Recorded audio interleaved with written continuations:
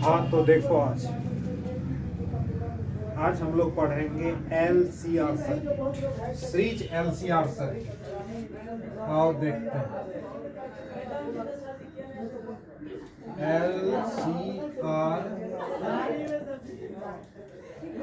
Circuit.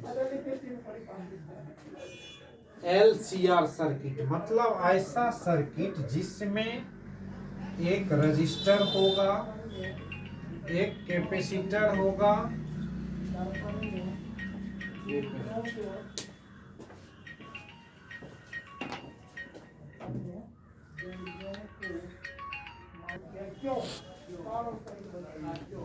हाँ तो चलो हम लोग देखते हैं LCR सर्किट। LCR सर्किट में ये हुआ register, resistance L, inductance L, register और इंडक्टेंस L, और एक कैपेसिटर लगा होगा जिसका कैपेसिटेंस क्या है C। अब देखो इसको AC सोर्स से हम लोग क्या जोड़ दिए, इस फिगर को ड्रॉ करो।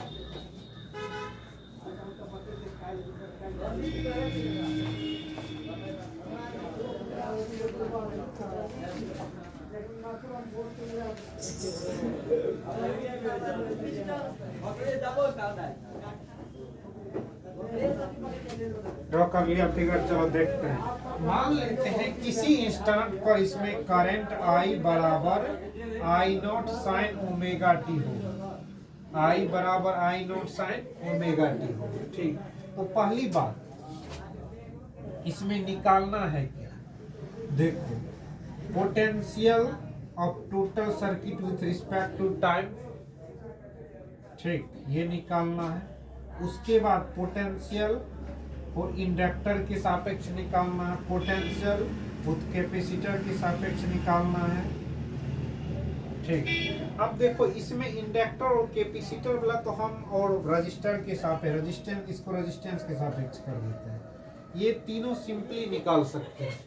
कैसे, रेजिस्टेंस के सापेक्ष अगर हम पोटेंशियल निकाले तो V0 साइन ओमेगा टी, मतलब जो फेज करंट का है वही पोटेंशियल किसका होता है, रजिस्टर का होता है, तो V0 साइन ओमेगा टी। यहाँ R लगा दो।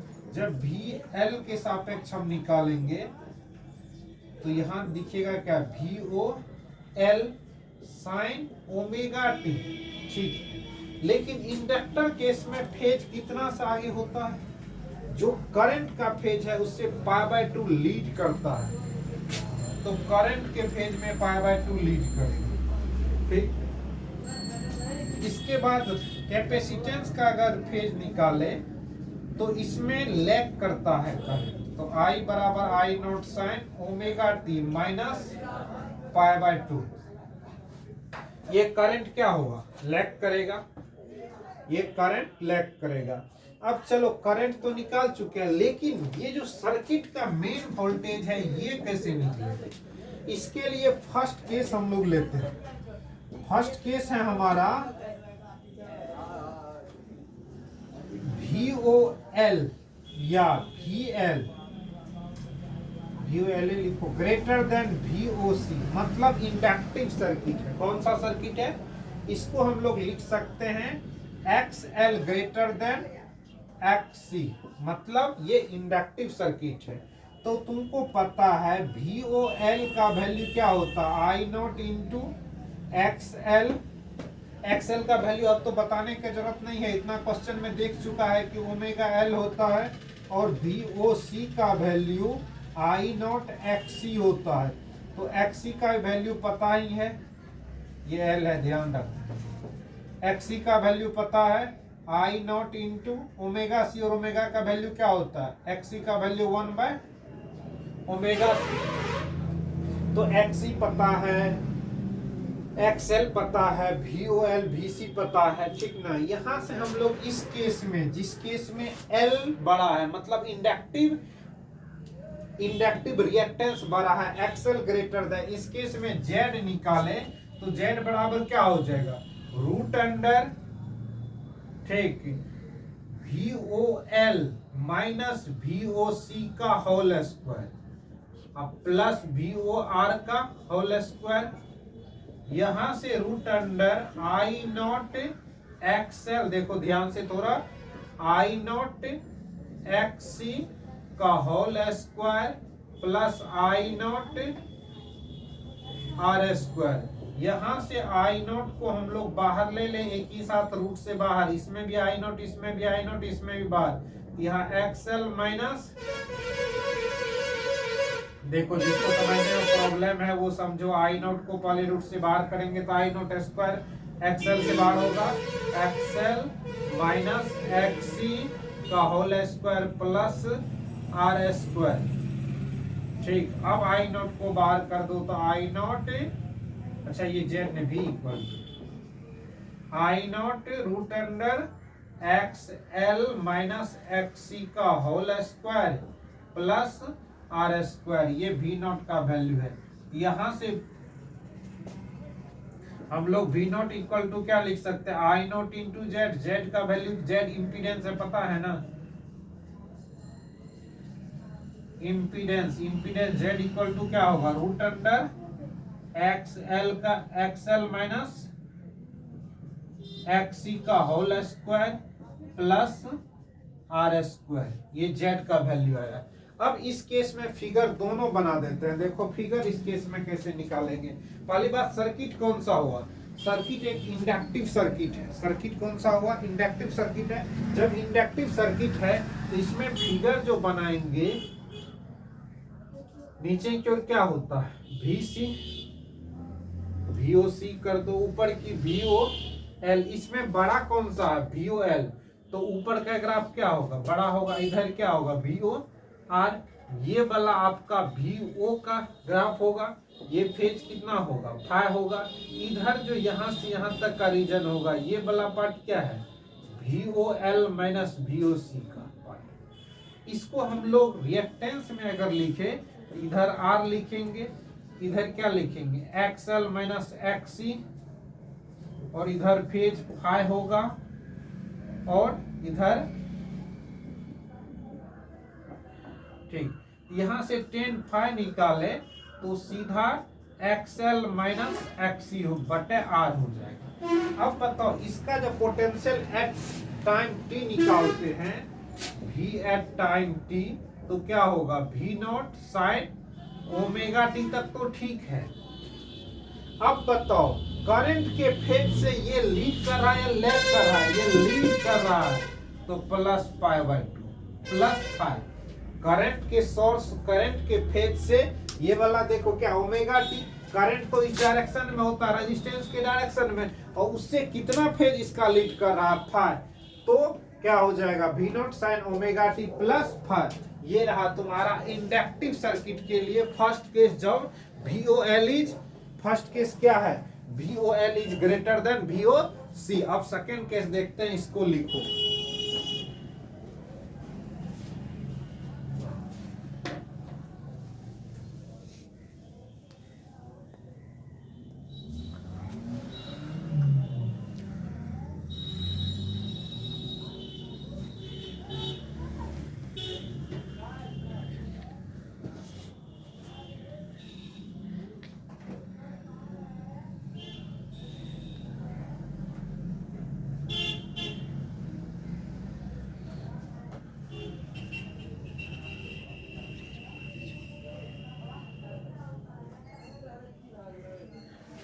चलो अब इसको मिटाते हैं, सेकेंड केस पर हम लोग आते हैं।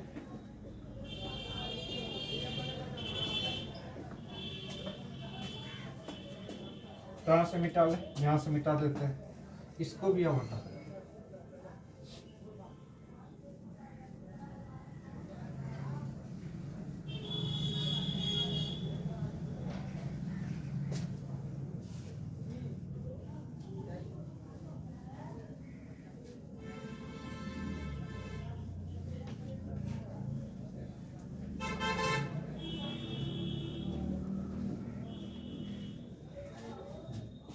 देखो सेकेंड केस क्या है तुम्हारे पास, VOC ग्रेटर देन इससे VOL, मतलब इस बार कौन सा सर्किट है, कैपेसिटिव सर्किट है, जब कैपेसिटिव सर्किट है तो उस केस में एक्सएल क्या हो जाएगा, लेस देन एक्ससी हो जाएगा, मतलब एक्ससी ग्रेटर देन एक्सएल हो जाएगा।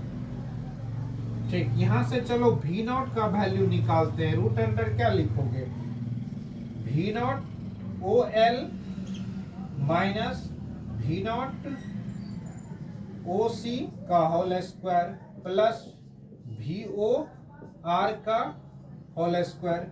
यहां से I naught X L minus XC का होल स्क्वायर और आई नॉट आर स्क्वायर का भी होल स्क्वायर। आई नॉट यहां से बाहर होगा, रूट अंडर में क्या आएगा, एक्स एल माइनस एक्सी का whole square plus R square. ठीक, तो अब इसको यहां से क्या लिख सकते हैं, Z I not Z. Z बराबर क्या निकला, रूट अंडर, कैपेसिटिव सर्किट है ना, तो यहाँ तो सी है सही, यहाँ एल है।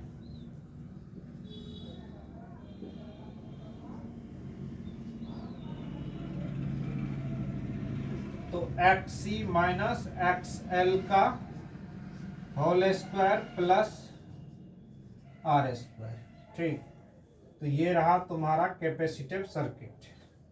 अब हम यहां से क्या निकालते हैं, फेज निकालेंगे। फेज के लिए ड्रॉ करेंगे फिगर, तो दिखेगा इस ओर तो वी ओ आर होगा, इस ओर क्या होगा, वी ओ सी होगा, ऊपर की ओर क्या होगा, वी ओ एल होगा। इसमें ये तुम्हारा इस बार क्या होगा, वी ओ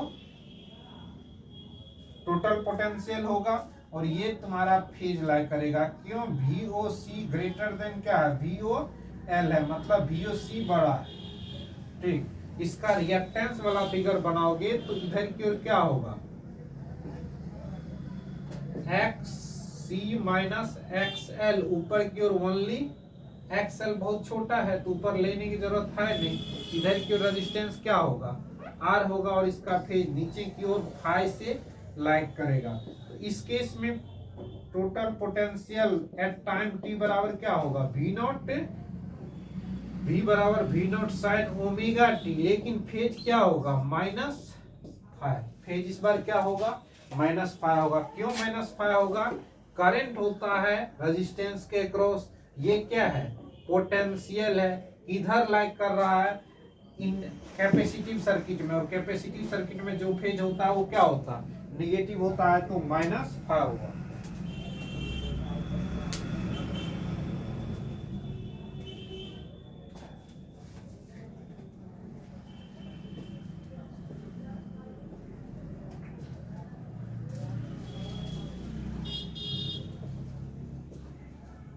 लिख लिया।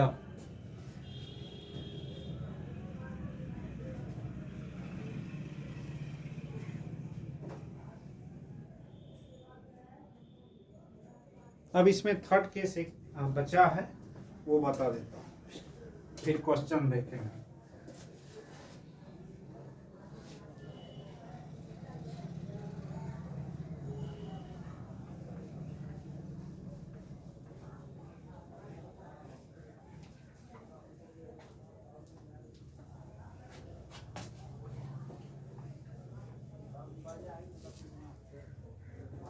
जब क्या होगा, third case, V O L equal to होगा वी ओ सी, मतलब एक्सएल इक्वल टू एक्सी हो जाएगा, एक्सएल इक्वल टू एक्सी होगा।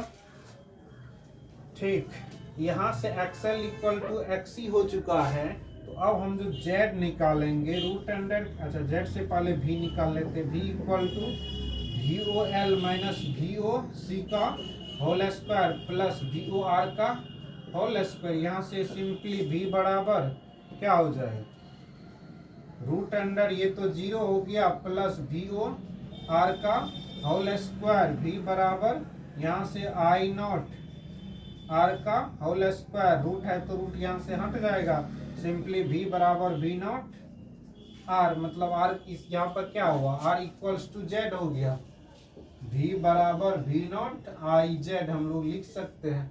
इस केस में जो फेज होगा करंट का वही रेजिस्टेंस का फेज होगा, और यहाँ पर वी एट टाइम के केस में V not sine omega t. Simple जो करंट का फेज है वही फेज होगा, कोई खास बात नहीं है। अब चलो हम लोग एक चीज देख लेते हैं, एक्सएल इक्वल टू क्या है, omega XL equal to XC है। एक्सएल का वैल्यू क्या होता है, ओमेगा एल, एक्सी का वैल्यू क्या होता है 1/ओमेगा सी। क्रॉस मल्टीप्लिकेशन करो, omega square equal to 1/LC, omega बराबर रूट अंडर 1/LC, यहां से ओमेगा बराबर रूट अंडर LC, ये रहा वैल्यू। ठीक, ओमेगा का वैल्यू भी बता दे, पता है वैसे 2π होता है। ये LCR सर्किट का टोटल कंप्लीट हुआ। अब इसको हम एक एक करके क्वेश्चन देखते हैं।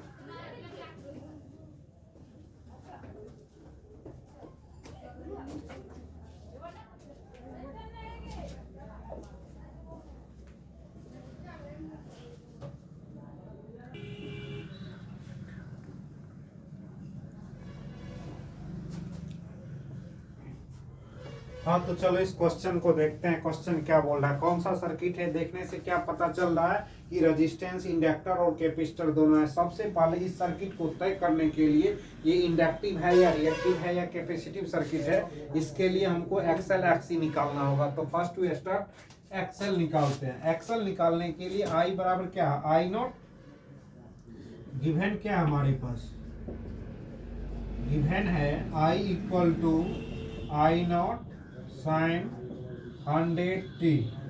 यहाँ से आई नॉट का वैल्यू कितना अवेलेबल है इस क्वेश्चन में, 10। तो I naught equal to 10, omega equal to 100। किस इक्वेशन से लाए हैं पता है ना, आई बराबर आई नॉट साइन ओमेगा टी होता है, इसी से कंपेयर करके लिखते हैं। अब यहाँ से निकालते हैं एक्सएल। एक्सएल निकालने के लिए ओमेगा एल होता है, ओमेगा का वैल्यू 100 है और एल का वैल्यू 0.16 है, दैट्स इक्वल टू 16 ओम हो जाएगा। एक्सी का वैल्यू निकालते हैं तो 1/ओमेगा सी होता है। तो 1 ओमेगा का वैल्यू, ओमेगा सी, तो ओमेगा का वैल्यू 100 है और सी का वैल्यू 500 गुना 10⁻⁻6 है। यहाँ से करोगे 10⁻6, ऊपर जाकर के 6 जीरो हो जाएगा, और डिवाइड नीचे में क्या है 100 पर 4 जीरो, 4 जीरो कैंसिल, 5 से काटोगे 20, तो यहाँ एक्सी का वैल्यू 20 आ चुका है। देखने से ही पता चल गया कौन सा सर्किट है, कैपेसिटिव सर्किट है, चूंकि एक्सी इक्वल ग्रेटर है, एक्सी बड़ा है, एक्सी का मैग्नीट्यूड बड़ा है, मतलब कैपेसिटिव सर्किट। कैपेसिटिव सर्किट आते ही दिमाग में आ चुका है कि इसका फेज क्या होने वाला है। चलो पहले हम वोल्टेज एक्रॉस निकाल लेते हैं। इंडक्टर VOL क्या होगा, I naught into XL. I not का वैल्यू है 10, एक्सएल का वैल्यू 20 निकला है, दैट्स इक्वल टू 200। ठीक, अब यहाँ से VOC निकालते हैं तो आई नॉट एक्सी हो जाएगा। आई नॉट का वैल्यू कितना है, आई नॉट का वैल्यू 10 है और एक्सी का वैल्यू कितना है, तो एक मिनट, ये ओमेगा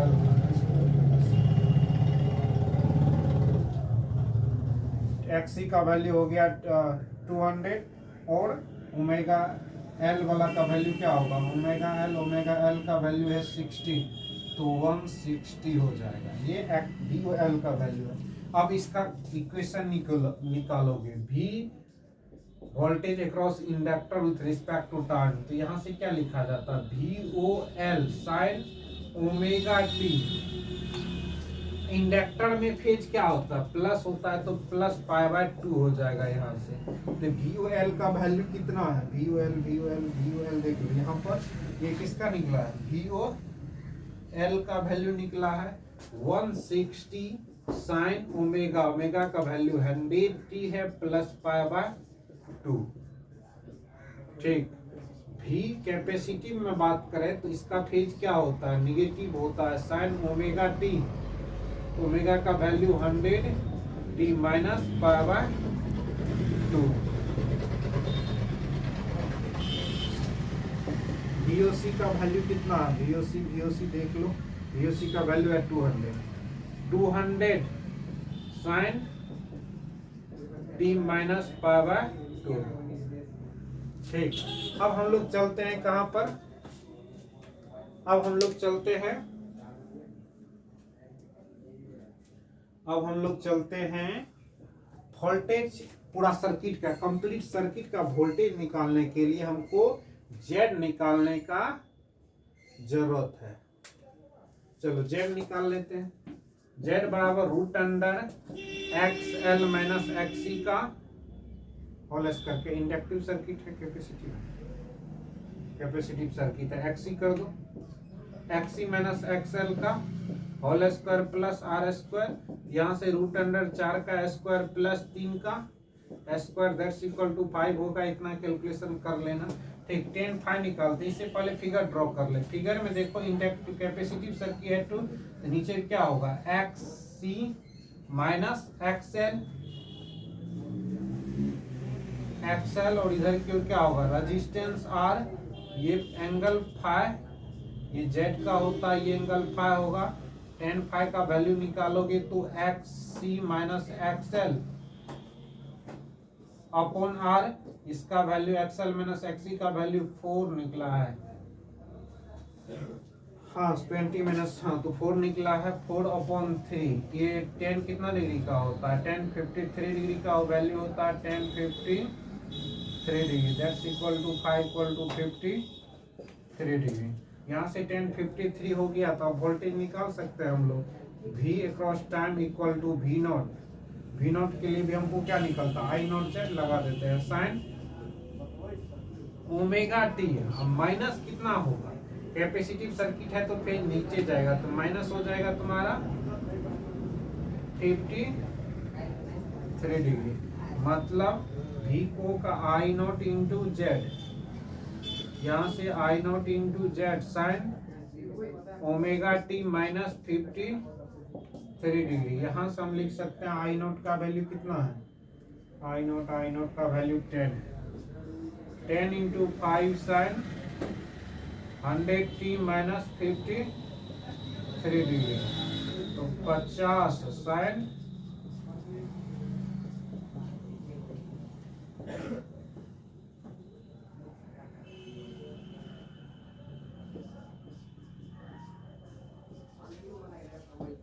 ठीक, ये हो जाएगा तुम्हारा वोल्टेज एट टाइम टी के रेस्पेक्ट में। लिखो इसको।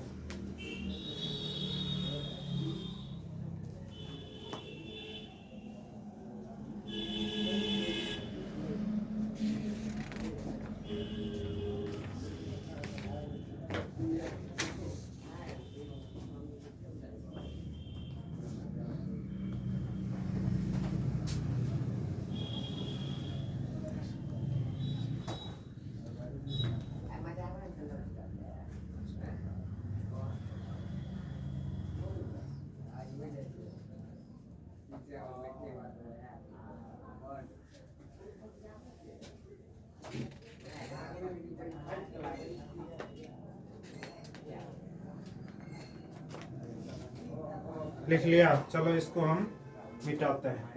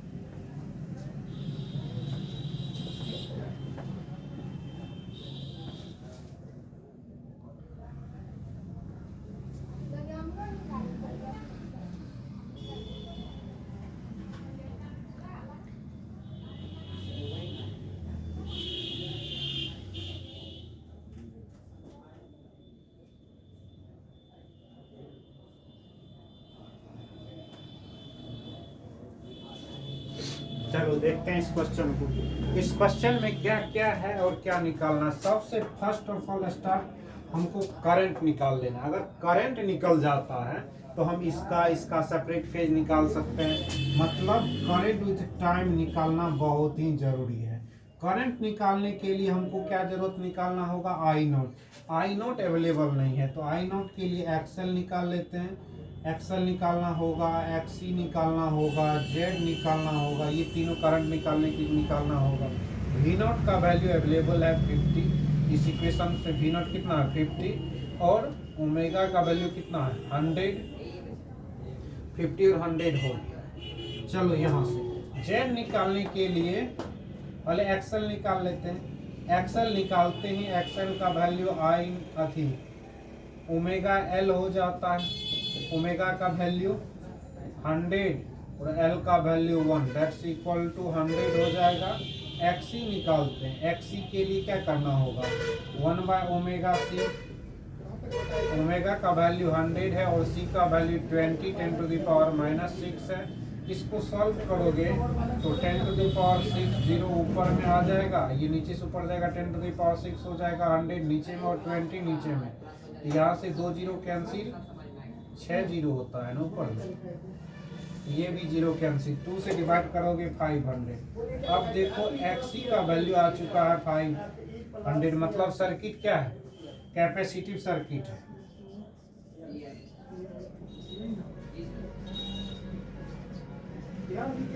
पता चल गया कैपेसिटिव सर्किट है। जब कैपेसिटिव सर्किट के विषय में पता चल चुका है तो अब हम लोग क्या करेंगे, सिंपल में हम लोग निकालेंगे। एक्सी एक्सएल हो चुका है तो अब हम लोग निकाल लेते हैं आई नोट। आई नोट निकालने के लिए जेड निकालना होगा, तो जेड निकालते हैं। रूट अंडर एक्सी है तो एक्सी का माइनस एक्सएल का होल स्क्वायर प्लस आई नोट करने को जो सिंपल आर स्क्वायर कर देते हैं। एक्सी का वैल्यू है 500 और एक्सएल का वैल्यू है 100, तो 500 minus 100 equal whole square plus 300 का होल स्क्वायर। यहाँ से दिख रहा है आपको, यहाँ से लिख सकते हैं 400 का स्क्वायर प्लस 300 का स्क्वायर। 300 का स्क्वायर अगर करते हैं तो यहाँ पर 400 का 16 40 प्लस 9 पर भी, यहाँ से रूट अंडर 25 तो 40 आ चुका है, मतलब 500 आ चुका है। जेड का वैल्यू 500 आ चुका है। अब यहाँ से क्या निकालना था, आई नोट इक्वल टू होता वी नोट अपॉन जेड, तो वी नोट का वैल्यू है 50 अपॉन 500, एक जीरो कैंसिल, 56 10 टाइम्स, मतलब आई का वैल्यू 1/10 दैट्स इक्वल टू 0.1। इतना एम्पियर की करंट निकल चुका है। जब करंट निकल चुका और सर्किट कैपेसिटिव है तो हम लोग सबसे पहले फेज निकालते हैं। ये तो स्पष्ट है कि इधर क्या होगा, VC माइनस एक्सएल, सी माइनस एक्सएल, इधर की ओर क्या होगा, करंट होगा। करंट का रेजिस्टेंस R होगा।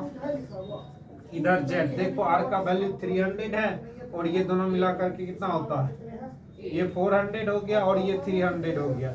यहाँ जो एंगल बनेगा phase phi, tan phi equal to क्या होगा, 400 डिवाइड 300, तो 400 और 300 कैंसिल होकर के कितना होगा, tan 53 डिग्री। इसका मतलब phi equal to tan 53 degree. जब फेज आ चुका है 53 डिग्री, कैपेसिटिव सर्किट है, वोल्टेज ये है, वोल्टेज का ये है, और इससे 53 डिग्री किधर जाना है, ऊपर, मतलब इसमें क्या होगा, ऐड हो जाएगा। यहाँ से करंट का टाइम इक्वेशन के साथ निकालने पर हम देखते हैं कि आई नॉट साइन ओमेगा टी जो वोल्टेज का है, जितना फेज है वोल्टेज का वो तो लिखेंगे ही, तो 100 लिखते हैं, 100 टी प्लस 30 डिग्री, कितना डिग्री, 30 डिग्री, और उसके बाद ये भी क्या होगा, प्लस 53 डिग्री हो जाएगा। क्यों ऐड हुआ, वोल्टेज ऑलरेडी नीचे है, लैग कर रहा है, करंट ऊपर जाएगा तो करंट में वोल्टेज में क्या होगा, ऐड होगा, तब करंट आएगा। यहाँ से I with time equal to I not का वैल्यू अवेलेबल है 0.1 डाल दो, ये 100 टी हो गया और इधर मिल करके 83 डिग्री हो चुका है। जब करंट का आ चुका है, अब तो सिंपल बोलेगा तो हम 1 सेकंड में लिख देंगे, वोल्टेज का फेज और इंडक्टर का बोलेंगे तो लिख देता हूँ, तुम लोग निकाल लेना। रजिस्टर का तो सेम ही हो जाएगा, रजिस्टर में बस यहाँ वी नॉट आर लगाना है और बाकी अच्छा साइन यहाँ छोड़ दिया, साइन 100t प्लस 83 डिग्री, ये किसका हो गया, रजिस्टर का। अपना VOR का वैल्यू निकाल के रख देना। VL विथ टाइम का हम देखें तब VOL साइन ओमेगा टी के जगह क्या लिख देंगे यहाँ पर। देखो कैपेसिटिव सर्किट में जो करंट होता है उसके फेज से कितना लैग करता है, इंडक्टर है ना, लीड करता है वोल्टेज, तो लीड करेगा 90 डिग्री में और जोड़ देंगे। ठीक, कैपेसिटिव सर्किट में जाएंगे, VC with time VOC sine 100t plus 83, इसमें क्या करता है, वोल्टेज लैग करता है, तो माइनस 90 डिग्री कर देंगे। इसको सॉल्व कर दोगे, VOC sign omega T 100t minus कितना होगा 7, ये हो जाएगा तुम्हारा वोल्टेज अक्रॉस कैपेसिटर। इस टोटल को लिखो और 5 मिनट समय देते हैं, इसको बनाओ। यहाँ देखिए अगर कुछ नहीं लिखा हुआ तो NE 1 है, तो यहाँ हमने लिख दिया 3। अब हो गया NA कितना 1 किया 3, CR कितना 1 किया 3। यहाँ अगर बना लिया, इसमें अणु कितने हैं 4, अणु कितने 4, परमाणु कितने हैं तो देखिए H के कितने 2 चौका, O के कितने 1 चौका, समझ गए। अगर इसी में कोई फॉर्मूला है जैसे यही है, इसी में समझिए और आपको कहा दिया जाएगा, बताइए O के कितने परमाणु, 4 दिया और हमारा 5। अगर F के पीछे तब 1 दिया 3 बचा और AL के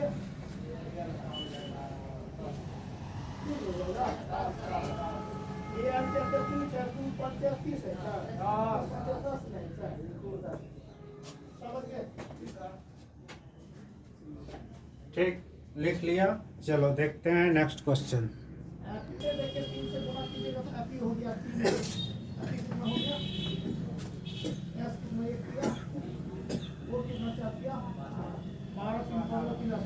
अब ये लिख करके गुणा करेंगे फिर जोड़ेंगे, नहीं कर रहा है, सीधा लिख लिया, इसको सॉल्व कर लेना। अब हम लोग इसमें आगे चलते हैं, एक क्वेश्चन और सॉल्व करते हैं।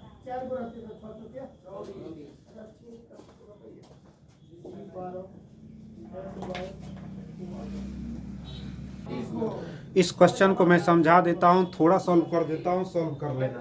देखो क्वेश्चन में बहुत कुछ अवेलेबल है, XC अवेलेबल है, XL अवेलेबल है और R अवेलेबल है। करंट I का वैल्यू निकालना है और Z का वैल्यू निकालना है। तो Z निकालने के लिए दिखने से ही पता चल रहा है इंडक्टिव सर्किट है। सर्किट कौन सा है, इंडक्टिव सर्किट है। जब इंडक्टिव सर्किट है तो यहाँ से क्या करेंगे हम लोग, सीधा Z निकालेंगे √R² plus XL minus XC का होल स्क्वायर, यहाँ से निकालोगे। चलिए डाल देता हूँ।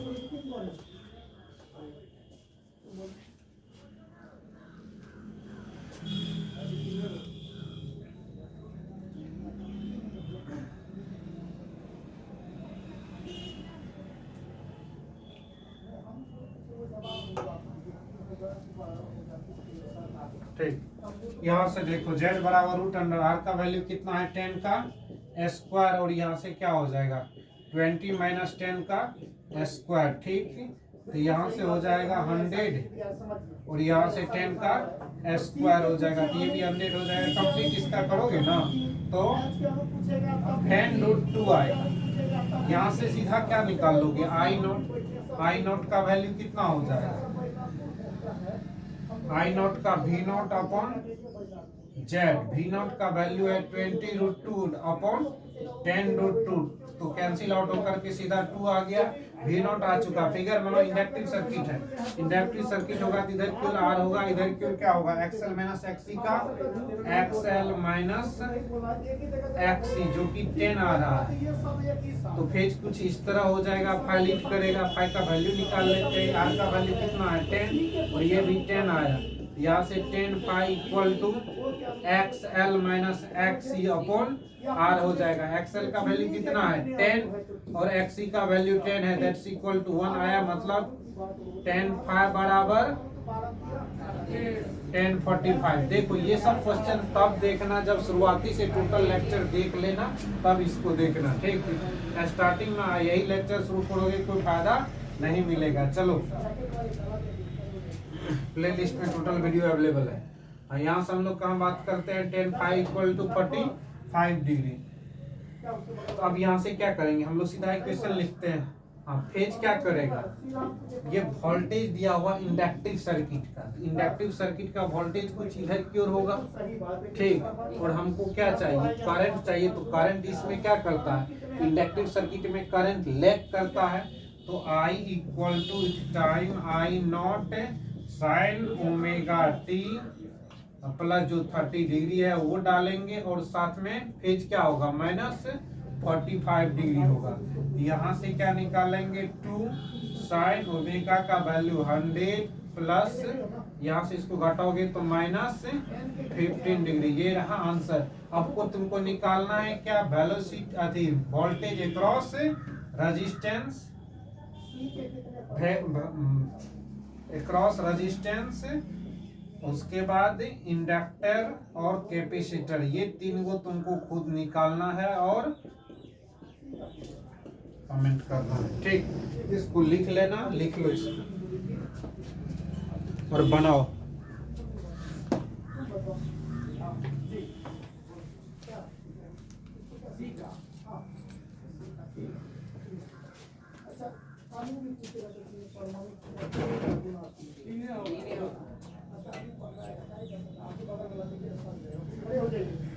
बताइए सर, देख रहा पूरा फॉर्मूला पूरा के कथी पर